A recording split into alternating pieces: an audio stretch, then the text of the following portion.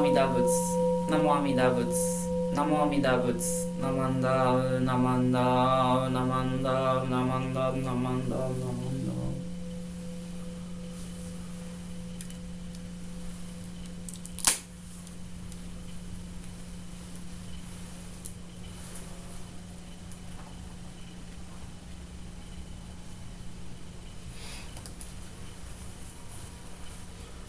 Namo Tassa Bhagavato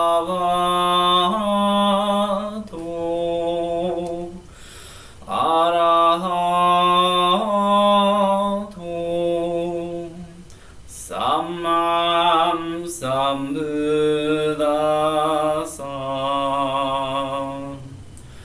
Homage to him, the exalted one, the enlightened one, the supremely awakened one. Buddham saranam gacchami, Dhammam saranam gacchami, Sangham saranam gacchami. I go to the Buddha for guidance. I go to the Dharma for guidance. I go to the Sangha for guidance. Namu Kie Butsu. Namu Kie Ho. Namu Kie So.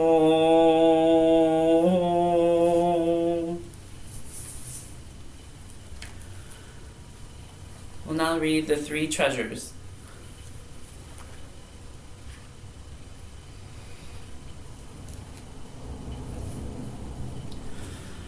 Hard is it to be born into human life, now we are living it. Difficult is it to hear the teachings of the Blessed One, now we hear it. If we do not realize the truth in this life, when will it be realized? Let us reverently take refuge in the three treasures of the truth. I take refuge in the Buddha. May we absorb ourselves in the principle of the way to enlightenment and awaken in ourselves the supreme will. I take refuge in the Dharma. May we be submerged in the depths of the doctrine and gain wisdom as deep as the ocean. I take refuge in the Sangha.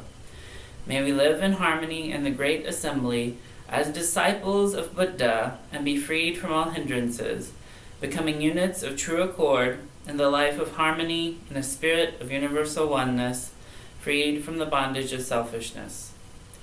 Even through myriad ages of kalpas, hard is it to hear such an excellent, profound, and wonderful doctrine. Now we are able to hear and receive it. Let us thoroughly understand the true meaning of the Tathagata's teaching. Namo Amida Butsu, Namo Amida Butsu, Namo Amida Butsu, Namanda, Namanda, Namanda, Namanda, Namanda, Namanda.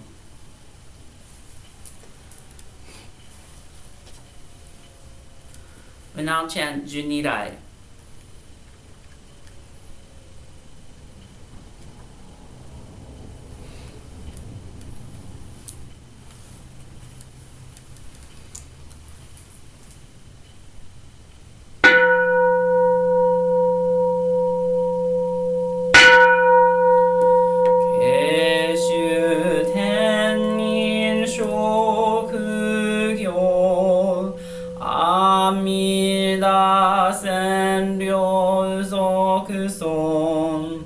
Zai hi mi me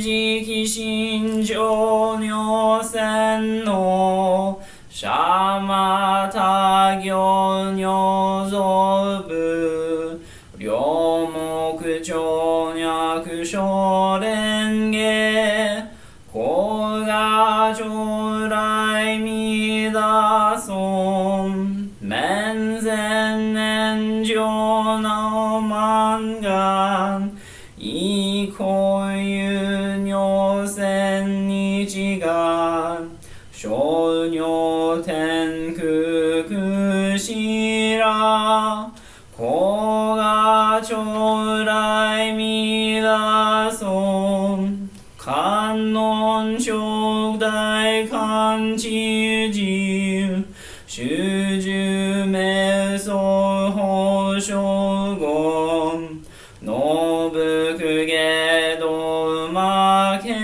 まん高雅将来弥陀尊無微無空教承長習徳経血尿国小さ利悪徳自在高雅将来弥陀尊実法妙門菩薩衆無量小魔女三段一生主上願力自高雅将来弥陀尊根体法見知証言前言少女名大座おひざ上女線の高雅将来弥陀尊実法将来勝負し権限人図し安楽戦後尊厳職業高雅将来弥陀尊小無常無我と薬尿水眼伝尿路一種説法無名字高雅将来弥陀尊非尊無説無悪名薬無尿に楽道夫主任死心教非尊高雅将来弥陀尊非尊無量法勉強無少修悪知識往生不退死菩提高雅将来弥陀尊雅説非尊功徳寺修善無変妙海水小逆前言小乗車衛生主上小非公ナマンダブ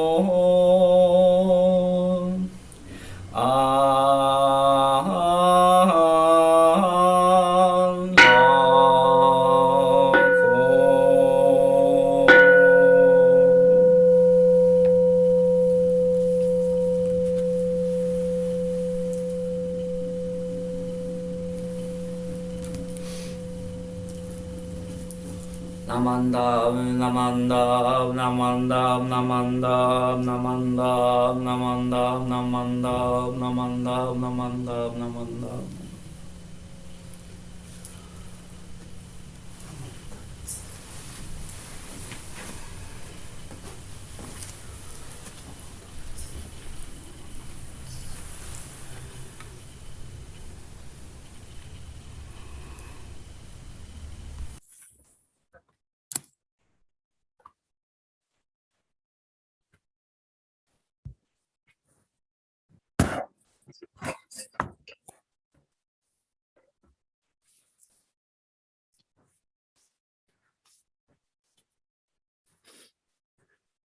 Okay, good morning, everyone. I'm going to start the next portion of our service, which will be my Dharma message. If you'll give me just a moment, I'll get that pulled up. There we go.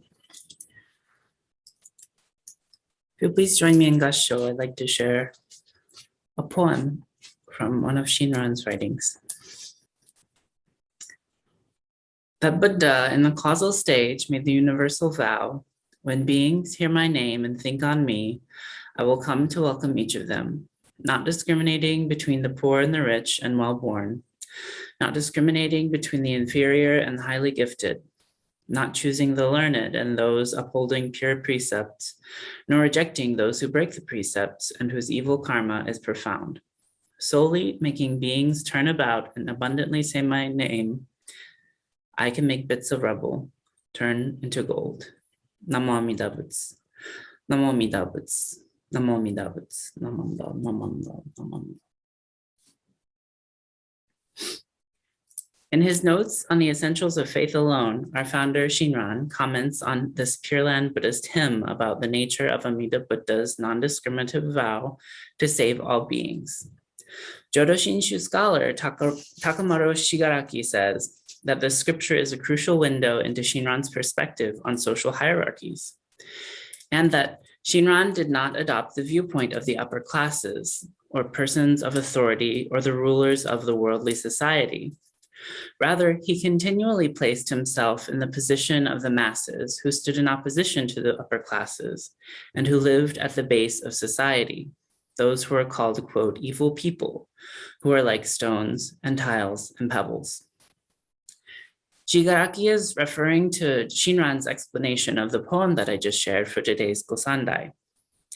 In it, Shinran suggests that societal notions of relative value are of a worldly human construct, grounded in discrimination and in arrogance, and that from the perspective of Amida Buddha, all of humanity is equal, regardless of our situation in life, and the value or lack thereof that society assigns to us.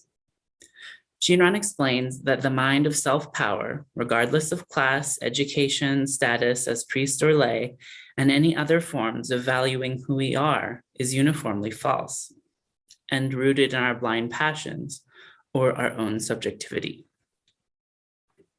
Shinran says about the poem, quote, to abandon the mind of self-power admonishes the various and diverse kinds of people, ignorant beings, good or evil, to abandon the conviction that one is good, to cease relying on the self, to stop reflecting knowingly on one's evil heart, and further to abandon judging of people as good or bad. When such shackled foolish beings, the lowly who are hunters and peddlers, thus wholly entrust themselves to the name embodying great wisdom, then, while burdened as they are with blind passions, they shall attain supreme nirvana. Shackled describes us, who are bound by all our various blind passions. Blind passions refers to the pains which torment the body and afflictions which distress the heart and mind. The hunter is one who slaughters many kinds of living things. This is the huntsman. The peddler is one who buys and sells things. This is the trader. They are called, quote, low. Such peddlers, hunters, and traders are none other than we, who are like stones and tiles and pebbles.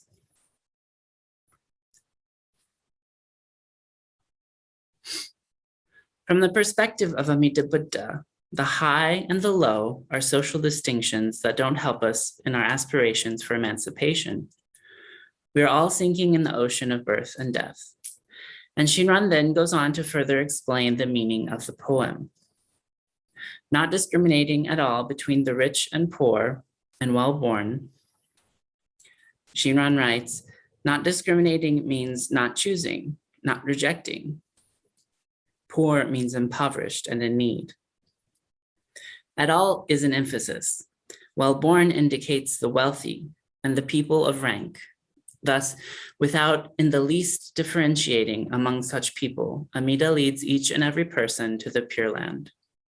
Not discriminating between the inferior and the highly gifted. Inferior refers to those whose knowledge is shallow, limited, and slight.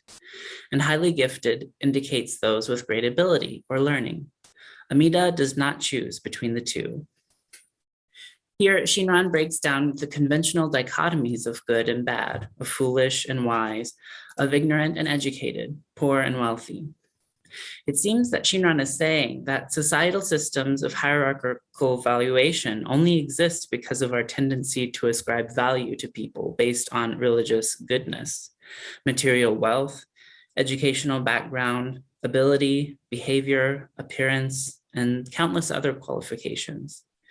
Yet the vow of Amida pierces through those social and cultural hierarchies, recognizing the beauty and sacredness, the limitedness and subjectivity of our actual existence and within a world of karmic pain and suffering that we've constructed upon our blind passions.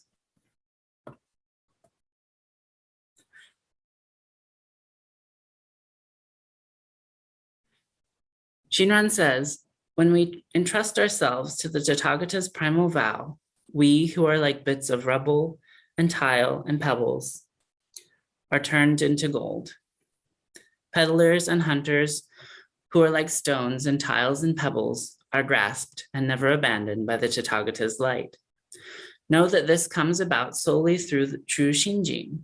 We speak of the light that grasps because we are taken into the heart of the Buddha of unhindered light. Thus, Shinjin is said to be diamond-like. This is all to say that the wisdom of Buddha is urging us to awaken to the reality of our lives. Based on the passages and teachings that we've examined today, the Dharma encourages us to recognize the harmful ways that our discriminating mind separates us from one another in the world. Alongside that, we are all grasped equally by the light of wisdom. This is how wisdom transforms us in the present, in this lifetime, and in the world of suffering.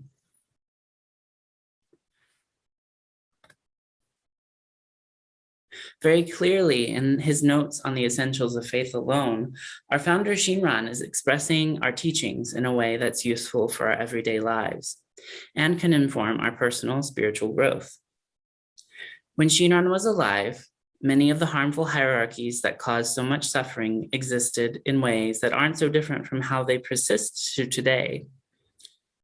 He offers us a critique of how human beings value one another and put ourselves into categories of relative worth, because these organizations are based on discriminative and delusive logic.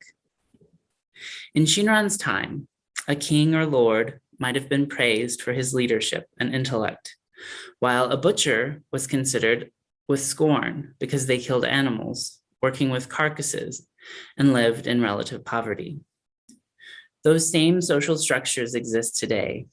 We worship celebrities, politicians, and influencers for their economic and social capital, while we demonize the poor for not working hard enough, or ethnic, gender, and sexual minorities for being aberrations and not conforming to social norms around behavior, identity, and appearance. We still live in a society that values us based on our contribution to or further perpetuation of these unjust hierarchies. The transformative wisdom of Buddha, however, critiques that logic of discrimination. Our teachings must encourage us to change that discriminative thought within our own minds and behaviors, as well as encouraging us to dismantle larger systemic hierarchies of discrimination. The Dharma seeks justice.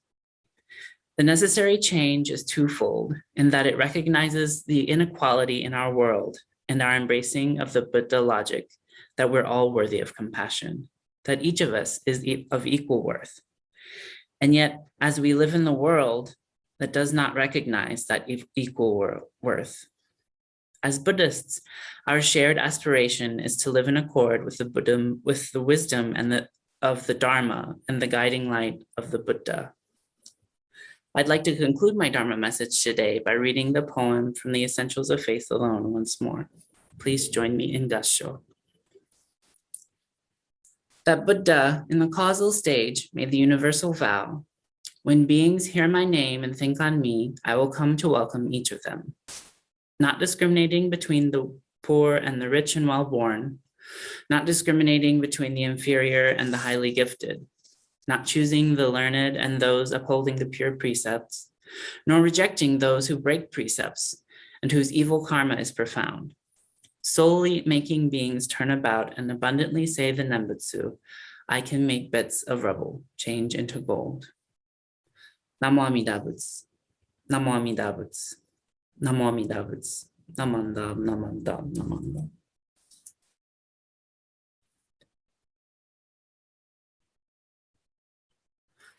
So that will conclude our service for today. I'd like to thank you all for coming. If you hang on after I turn off the recording, we can chat for a few minutes.